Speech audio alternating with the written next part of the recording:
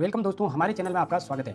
दोस्तों आज जो हमने टॉपिक लिया है वो है चित्रशैली से। चित्रशैली को बहुत ही रिसर्च करने के बाद हमें ये प्रश्न मिले हैं। ये इन ट्यूशन से आपका जो एग्जाम है इसमें 2 या 3 प्रश्न मिलना पूर्णतः संभावित है। और दोस्तों आपका ये देखना आपका बेकार नहीं जाएगा दोस्तों, इसीलिए वीडियो को 10 मिनट लगेंगे, अंत तक जरूर देखना दोस्तों। चलो बिना देरी किए हुए अपने क्वेश्चन को पढ़ना शुरू करते हैं। पहला क्वेश्चन है, बनी ठनी चित्रशैली कहाँ की प्रसिद्ध है? तो दोस्तों आपको सभी को पता है कि बनी ठनी जो चित्रशैली है वो कहाँ की प्रसिद्ध है, तो वो हो जाएगा आपका आंसर। सही आंसर हो जाएगा आपका किशनगढ़ चित्रशैली प्रसिद्ध है। परंतु दोस्तों जो ये अलग जो हमने ऑप्शन लिए हैं इनका भी बहुत ही इंपॉर्टेंट है, जो आपको मैं बताने वाला हूँ। दोस्तों आपको जयपुर जो चित्रशैली है इसमें एक चीज याद रखनी है, जयपुर चित्रशैली में प्राकृतिक रंगों का उपयोग किया गया। किसका उपयोग किया गया है? प्राकृतिक रंगों का उपयोग किया गया। एकमात्र चित्रशैली जहां पर प्राकृतिक रंगों का उपयोग किया गया है, ये चीज आपको यहाँ पर याद रखनी है। सेकंड ऑप्शन है नाथद्वारा चित्रशैली। नाथद्वारा चित्रशैली में आपको क्या चीज इंपॉर्टेंट देखने को मिलेगी?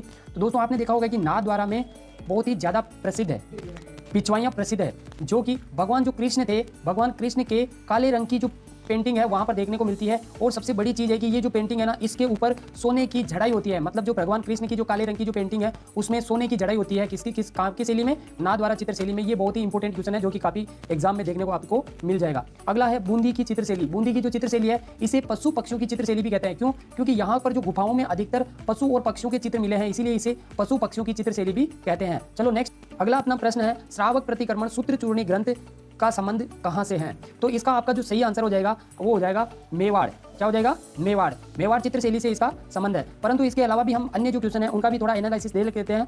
दोस्तों जो जोधपुर चित्रशैली है इसका प्रारंभ जो राजा मालदेव है, कौन? राजा मालदेव, उनके काल से ही ये जोधपुर की जो चित्रशैली है उसका प्रारंभ माना जाता है। और इसका जो स्वर्ण काल है वो रहा था मान सिंह के काल में। कब रहा था? मान सिंह के काल में इसका स्वर्ण काल रहा था। ये चीज आपको यहाँ से याद रखनी है जोधपुर से। बीकानेर चित्रशैली में आपको एक मोस्ट इंपोर्टेंट चीज याद रखनी है, वो है बीकानेर में उस्ता कला और मथेरन कला। उस्ता कला और मथेरन कला यानी ऊंट की जो खाल होती है ना उसके ऊपर उस्ता कला की जाती है। ये चीज आपको याद रखनी है। बीकानेर में ऊंट के चमड़ी पर उस्ता कला की जाती है और यहीं की प्रसिद्ध है मथेरन कला।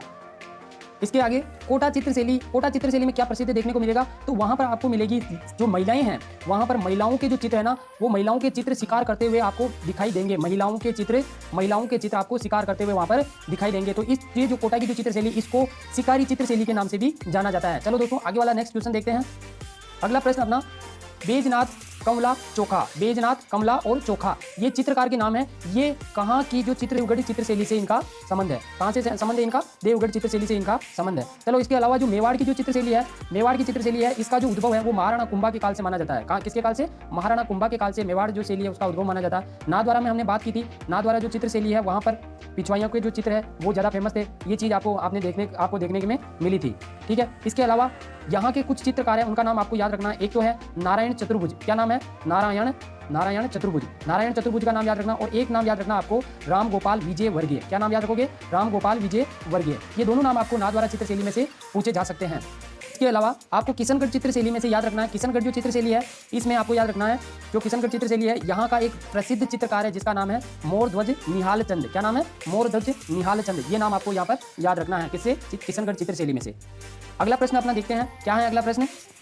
अगला अपना जो प्रश्न है क्या है? अगला जो प्रश्न है अपना, कमला व इलायची किस चित्रशैली की महिला चित्रकार है? ये दोनों क्या है? महिला चित्रकार है। और वो किस चित्रशैली से इनका संबंध है, ये चीज आपको बतानी है। तो किस चित्रशैली से इनका संबंध है? कमला और इलायची जो है ना, इन दोनों का जो संबंध है वो है नाथद्वारा चित्रशैली। जो आपका सही आंसर हो जाएगा वो हो जाएगा नाथद्वारा चित्रशैली। तो इनका संबंध नाथद्वारा चित्रशैली। परंतु अपने को देखने को मिलता है जैसलमेर चित्रशैली। यहाँ पर एक चीज याद रखनी है, ये एक ऐसी चित्रशैली है जिस पर किसी भी चित्रशैली का प्रभाव नहीं पड़ा है। मतलब ये एक अप्रभावित चित्रशैली है जो स्वतंत्र चित्रशैली के नाम से भी जानी जाती है। इसके बाद है आमेर।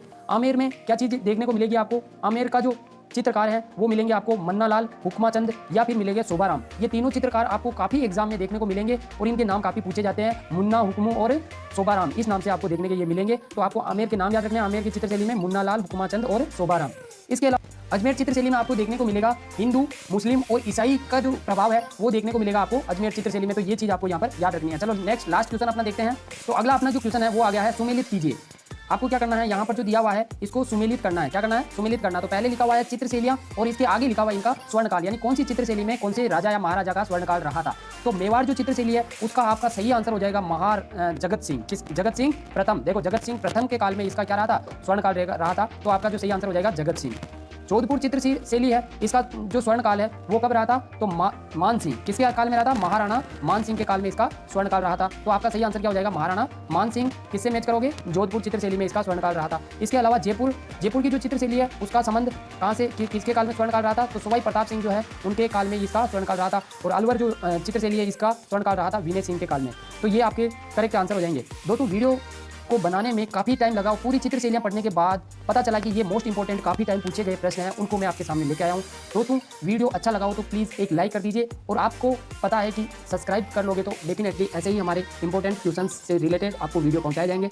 प्लीज़ आप सभी से रिक्वेस्ट है कि आप वीडियो को लाइक कीजिए और चैनल को सब्सक्राइब कर लीजिए। थैंक यू दोस्तों, वीडियो को अंत तक देखने के लिए धन्यवाद।